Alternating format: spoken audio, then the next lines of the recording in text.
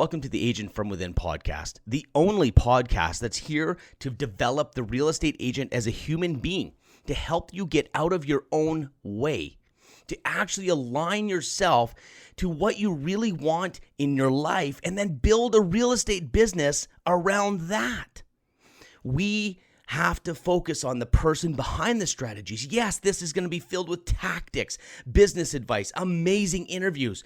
But if you're not in the right place mentally and emotionally, you will self-sabotage your business. You will chase, you will compare. This is about creating the best race car driver, not just the best race car. Any race car driver can jump into any car and win the race. We need to develop you as a human being. This is the only place that real estate agents can actually focus on growing yourself and growing your business. Cheers. So the fear of success, guys, do you guys know anyone can chime in like what they think the fear of success is? There's something very, very real about it. Anyone have an opinion? Yeah. I think it's the knowledge that you can be successful, but distract yourself enough so that you don't get to execute what you think you should do. Yeah, it's around in a circle. We got that, I think.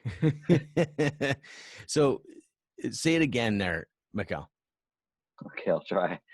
It's when you know you can be successful, but do everything but effort the success that you know you can do.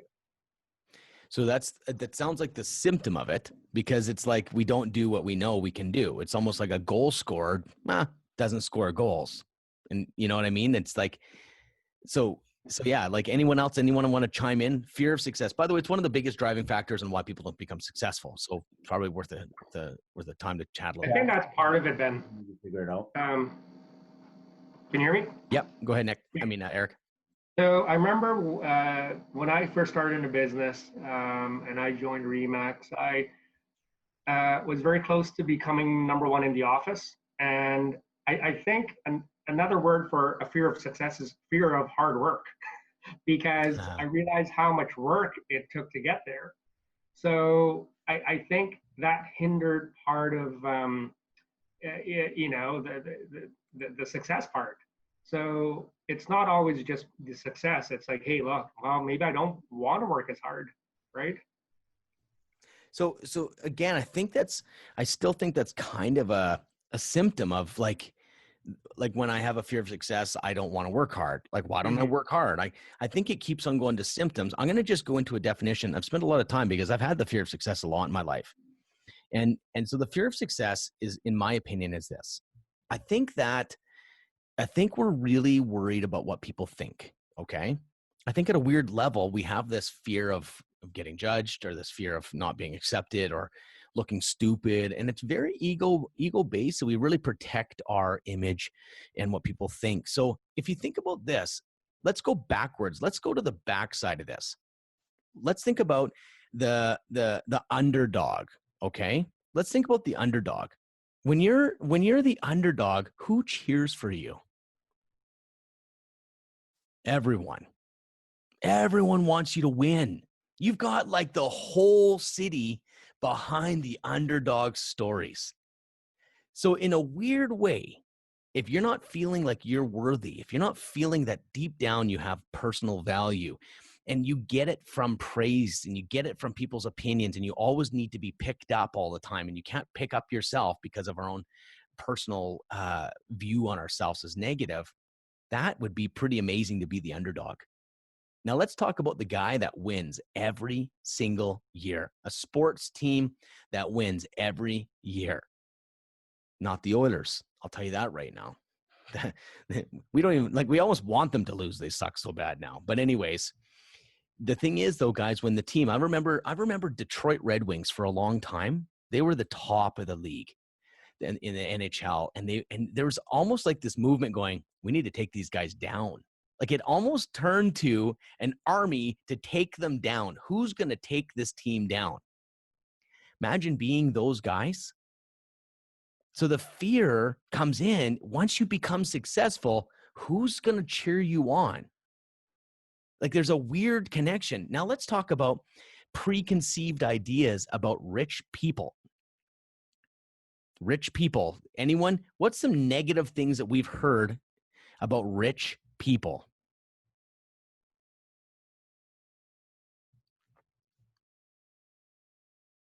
That they use their money to control other people. Imagine. Like, and then like even the people that say like there's even a verse in the Bible for Christians that say that it's easier for a man to get to heaven than it's harder for a rich man to get to heaven than a camel to go through a needle's eye. We're talking a holy scripture is actually saying you don't want to be a rich man because you're not going to go to heaven. Like, I come from that crazy background, and it's like, if you actually dissect some of these beliefs, you're like, holy shit, if that's part of at a core level what I believe, what am I going to do when I start rolling in the dough? Ben, Yes. Isn't that list of things that may be holding us back, components of the fear of success, a different list to some degree for all of us? Isn't that just a group of unsolicited gifts that we put in our subconscious mind from people that we held to be an authority sometime during our growth? So you're saying that we've adopted, because they're leaders or a parent or a minister or whatever that we've adopted, saying that, like that. I think it's definitely a result of that, because what I'm trying to do on this planet, guys, is to get people to think for themselves.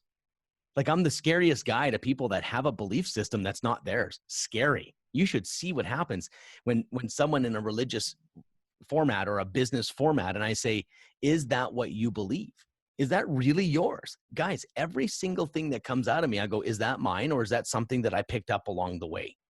This is one of the most single-handed things that has absolutely catapulted me into confidence, self-value, an attractive energy comes off me, personal peace of mind is going, is that mine? Is that mine? We're living someone else's life. So here's the thing, the reason why I can stand on stage or jump in front of you guys, and if you guys don't like me, I'd like everyone to like me, but I'm really okay with if you don't, because I really like me. I like who I am. And I think there's something very, very powerful when you go out selling, or you try to promote, or you're asking a stranger for business with that energy. People are like, hey, how you doing? But if you've got stuff like you're trying to prove to the world something or protect yourself, that's another thing. So we're going to get into the people pleasing in a minute. But the thing is, the fear of success is really interesting, because I remember getting to a place where I started rolling in more dough than I've ever rolled into. But what I did, guys, and I didn't see it, I did it twice in my life, where I quit my job, I jumped into something else, and I chased something, and I put my whole family into like massive amount of turmoil and pressure. I pulled it off, but I had to restart financially twice. We're not talking restarting from 100 grand. We're talking restarting from a lot more than that. I one time made a decision. I was rolling. I didn't have to do anything. I was 100% rolling, but I was still super insecure and still trying to prove to the world my value, because I couldn't see it myself. What I did was I bought a house with my tax money. Okay. I had like 100 grand or 80 grand sitting there. And I'm like, no worries. I'll just sell my other house. It's worth 120. Guess what? Market crashed. I couldn't sell it. Ended up having to make 80 grand quickly, which is not the easiest thing to do. And then I had to back tax it. And I got 40 grand out of that sale a year later. And I realized, why did I move? I didn't have to move. And I had done that a couple times where I would stay so busy and I would change things, because I think deep down, I wasn't worthy to be rich. At a weird level, it was almost better to be the underdog. And at a weird level, I just felt like there's some real deep psychology is like, do I deserve it? And I'm telling you guys, this is stuff that, like, no matter how hard you work and go forward, how successful you get, when you have that inside you, you're going to just, fuck it all up. But the thing is, there's a lesson to learn there. And I've learned that. And I'm very cautious going, okay, when I want to add 100 things to my plate, or change something big, I stop for a second. I check in. I listen to my wife a bit more, because I almost killed our relationship because of it too, because I would just do whatever I wanted to do and she'd just get killed. Guys, I was so scared to be successful because people would judge me or people are going to hate me. And big time was a family. Like I had family members that weren't into me and I'm going to be the rich guy. So just think about this too. I go to like there's people in my life that are a mechanic and they're a family member. And what's crazy is that when I go to the family mechanic, he charges me a little extra because he thinks I'm rich today. And I watch him do that. Then I see a guy that can't afford it and he helps the guy totally for free. Oh, let me just help you out. I know you don't got the cash. But in his world, he's got this judgment over rich people. And it's like, and that's my opinion, right? Like I could be totally wrong, but all I know is my bill is getting higher and higher for the same jobs I did before. So I feel like, why would you want to be the rich guy? People take advantage of you. People want your money. Like there's a whole bunch of stuff that comes with being successful. But guess what? Every one of us want in this call to be filthy, stinking rich and be happy and be holidays and to be loving someone in your life and having kids. Like you want it all. You want to be successful. We're working so hard at it. But if you have this weird dysfunction, a fear of success, you're just going to mess with it when you get there. That's why I want to have these conversations. At least one thing I've learned, guys, is this. When you name something, you name it. Like I am insecure. You just own it. It goes away. Like half the battle is just owning your shit. And just to, even if you said it to a close friend going, you know what, I feel like I'm a little more insecure than I thought it was. Or yeah, I think like whatever it is just to name it. Like, oh, I'm not angry. Yeah, I think I'm angry. It almost feels like you can just almost let loose by just being who you really are. A lot of problems in life are a lot of like spiritual teachers and self-help gurus make you feel that you have to get enlightened or have to get better. This is something I was obsessed with, guys. I would constantly try to work on myself, but it was a weird side effect was that I was never good enough. I was never arrived. And I realized peace of mind was not there. I was chaos in my head because I was constantly trying to improve and be better. The thing is, what's changed in the last couple of years for me is I realized I never have to arrive. I just have to be really honest with who I am and be that guy. So if you're a guy that's got a temper, you got a temper. Be the guy. But don't be like, oh, I got to work on it. I'll never accept myself until I'm temper free. You're just have chaos. You can hyper your growth and your confidence and your self and deepen relationships when you just say, I am who I am today. Today. Doesn't mean I'm just sitting here going, like I'm accepting myself with problems. I'm saying, no, I'm going to definitely work on them. But at the end of the day, I'm me. So what it is it's an absolute self-acceptance that has to be mixed with personal growth. So I know it's a little bit heavy, but this stuff really shifts people. It really, really does. I'm going to jump to the next topic. This is the guy that just won the lottery. Why is he wearing a mask? It's fear, which is really funny because he's wearing the mask from a horror movie. And I just think I really do believe it's tied together. He picks one of those things. Maybe it's to intimidate people to stay away from him because he feels now that he's rich, he's going to get taken advantage of. He's going to be taken advantage of because you know what? He probably would have done the same thing to the last rich guy. We always project our own stuff on people. But this is what I'm trying to say. Society is like, oh, he's the rich guy. Like it's like he was so fearful of something that he had to wear a mask. Got a chat here. It's actually not funny. In other countries, you can be killed if you win the lottery. Frick, that's crazy, Emily. It's exactly right, though. From where I come from, that's the case. That's amazing. Like, imagine that. Imagine how scary it would be to be wealthy and rich. They're just going to kill you.